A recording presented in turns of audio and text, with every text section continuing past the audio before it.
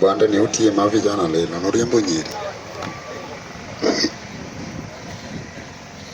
Aya, abiro miyo microphone.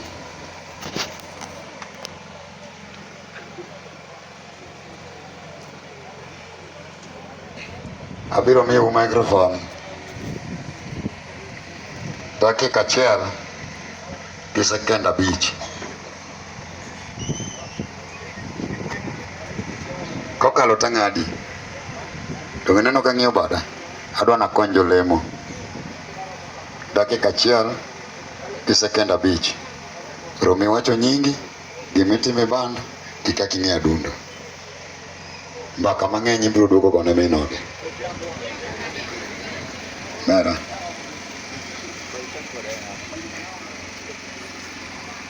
Opakuru Yesu. Bwana asifiwe. Bas an karawe nyinga okrawe nyinga okrawe kadhi nyinga iluonga ni John Otieno Nyangaga awuod seme ka kelo wadak Migori ka kamoro ni Kaler kango nditi adundo nosiepna oya kode mabor. Which class are you? Ne banda Amiso ka an kaka ja backup mane tich na matiyo eru kamano.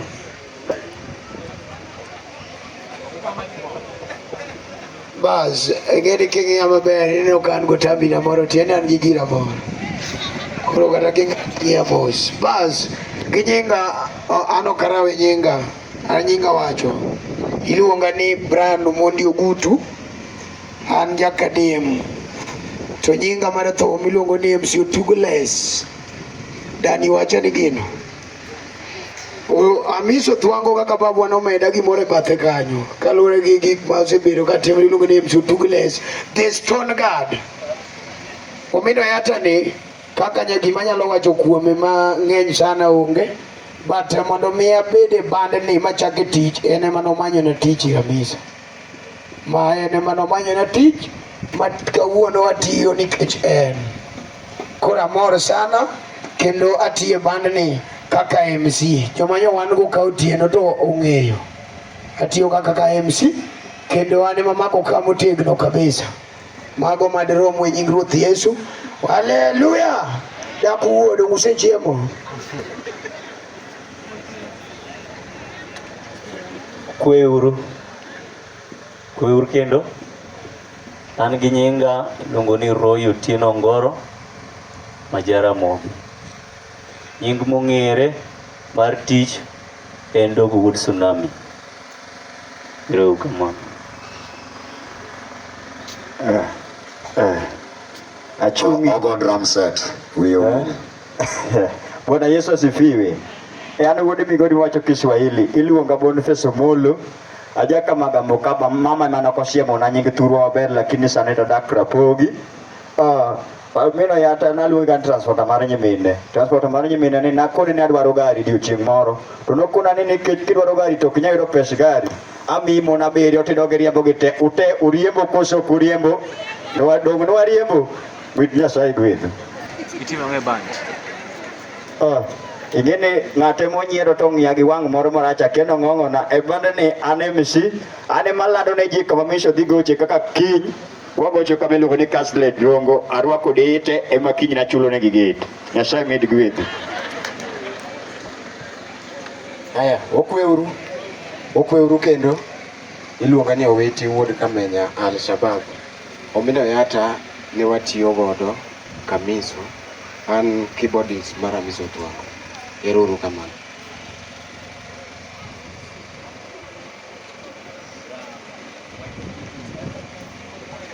Najua kabisa ne wede kod osiepe ochop konyo biro konyowa giko osiepwa madundo ne oimoreu.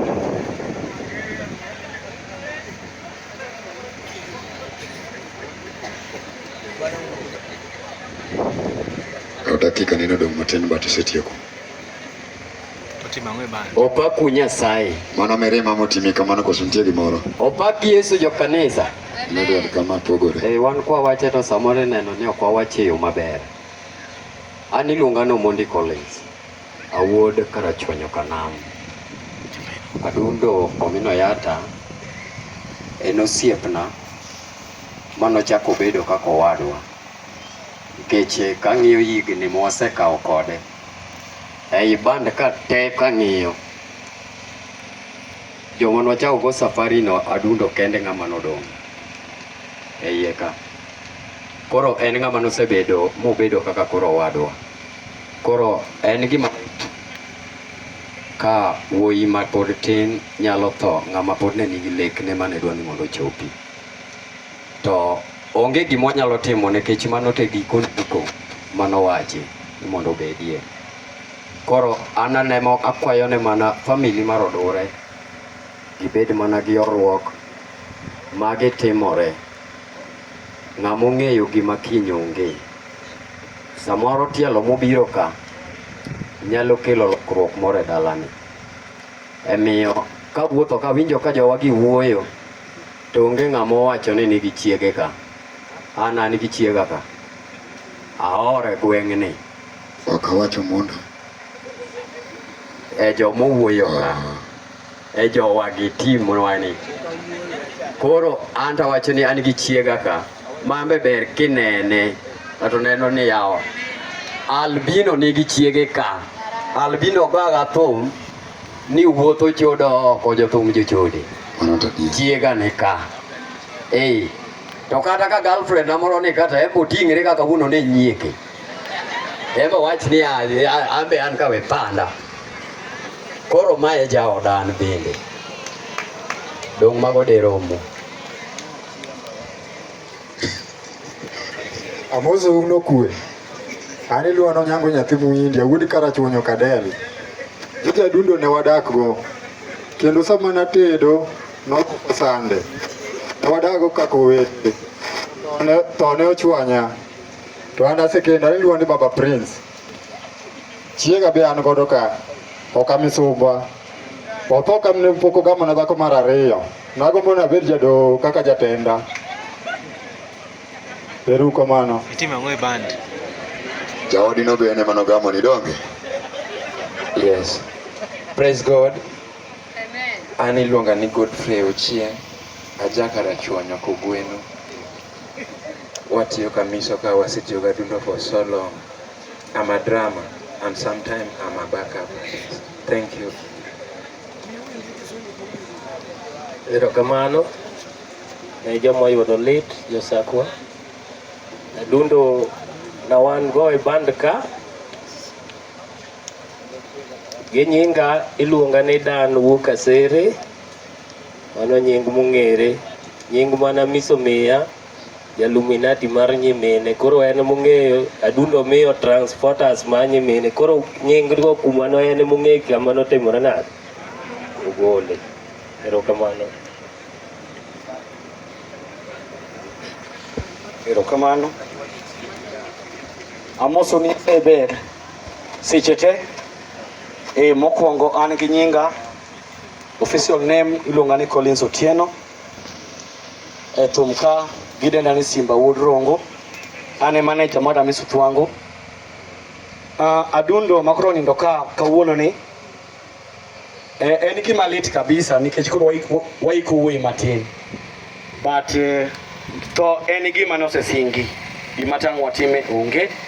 Nikech mano e yo ng'ato ka ng'ato mobedo ka biro timore nade biro kalo. Koka mano ne chi Adundo gi min Adundo. Akwayo Nyasaye ni koyie to ochunyu wan ok dwao mwanyal. Erokamano. Erokamano. Leka ngeso band.